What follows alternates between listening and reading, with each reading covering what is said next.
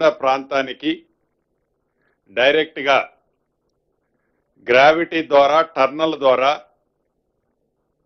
నీటిని తీసుకొచ్చే కార్యక్రమంలో భాగంగా సుమారు 44 కిలోమీటర్ల టర్నల్కి సంబంధించిన అంశాన్ని కొంత గ్రావిటీ కెనాల్ని ఆనాడు దివంగత నేత రాజశేఖర్ రెడ్డి గారి చేతుల మీదుగా శంకుస్థాపన చేసుకొని ఆనాటి కాంగ్రెస్ ప్రభుత్వ హయాంలోనే సుమారు 31-32 కిలోమీటర్లు పూర్తి చేసుకోవటం జరిగింది. తదుపరి వచ్చిన ప్రభుత్వం ఆ నల్గొండ ప్రాంతంలో ఉన్న ఫ్లోరైడ్ బాధితులను కూడా కాపాడాలనే కనీస చిత్తశుద్ధి లేని కారణంగా ఆ ప్రాజెక్టు ఆనాటి ప్రభుత్వ 10 సంవత్సరాలలో కేవలం 2-2.5 కిలోమీటర్లు చేసి ఏదో మేము కూడా చేశామని మొక్కుబడిగా చేతులు దులుపుకున్న మాట వాస్తవం. తదుపరి ప్రజల దీవెనలతో ఈ ప్రజా ప్రభుత్వం గౌరవ ముఖ్యమంత్రి రేవంత్ రెడ్డి గారి నాయకత్వంలో వచ్చిన తర్వాత ఇరిగేషన్ శాఖ మంత్రివర్యులు ఉత్తమ్ కుమార్ రెడ్డి గారు కానీ, ఆ జిల్లా మంత్రివర్యులు కోమటిరెడ్డి వెంకటరెడ్డి గారు కానీ, ఆ జిల్లా ప్రజల కష్టాలు ప్రత్యక్షంగా చూసిన గౌరవ ముఖ్యమంత్రి గారు, ఈ కేబినెట్ అంతా ఎట్టి పరిస్థితుల్లో ఆ టర్నల్ని పూర్తి చేయాలి అని దృఢ సంకల్పంతో చిత్తశుద్ధితో ఆనాటి ఉన్న ఏజెన్సీకి అనేక ఇబ్బందులున్నా వాటన్నిటినీ రాష్ట్ర ప్రభుత్వ పక్షాన పుషిచ్చి పని ముందుకు తీసుకెళ్లే సందర్భంలో దురదృష్టవశాత్తు ఇదే సంవత్సరం ఆ సొరంగ మార్గంలో అనుకోని పరిస్థితుల కారణంగా కొలాప్స్ అయి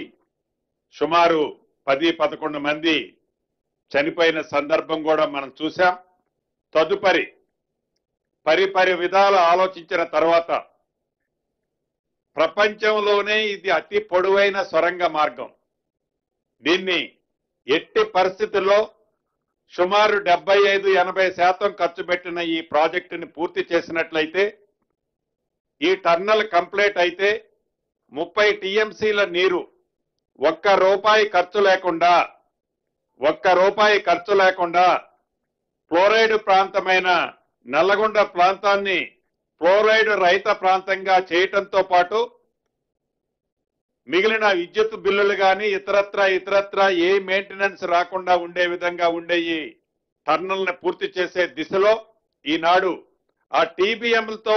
చేసే కార్యక్రమానికి ఫుల్ స్టాప్ పెట్టి లేటెస్ట్ టెక్నాలజీతో ఒక్క రూపాయి కూడా రాష్ట్ర ప్రభుత్వానికి అదనంగా ఖర్చు కాకుండా ఉండే విధంగా అదే ఏజెన్సీతో రాబోయే 2026 చివరి కానీ 2027 స్టార్టింగ్ లోపు ఈ ప్రాజెక్టుని పూర్తి చేయాలి అని ఈనాడు కేబినెట్ నిర్ణయించిందనేది ఈ వేదిక ద్వారా నల్లగొండ జిల్లా, ఉమ్మడి నల్లగొండ జిల్లా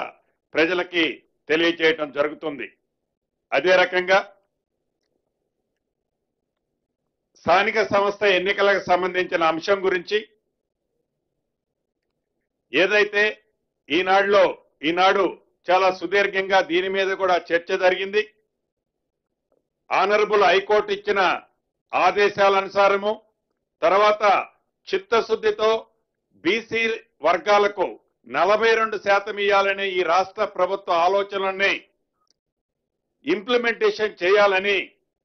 సుప్రీంకోర్టుకు కూడా ఈ రాష్ట్ర ప్రభుత్వం అప్పీల్ చేసిన తర్వాత అక్కడ సుప్రీంకోర్టు నుంచి వచ్చిన తీర్పుని ఆధారంగా మళ్ళీ హైకోర్టుకే రిఫర్ చేయడం జరిగింది. హైకోర్టులో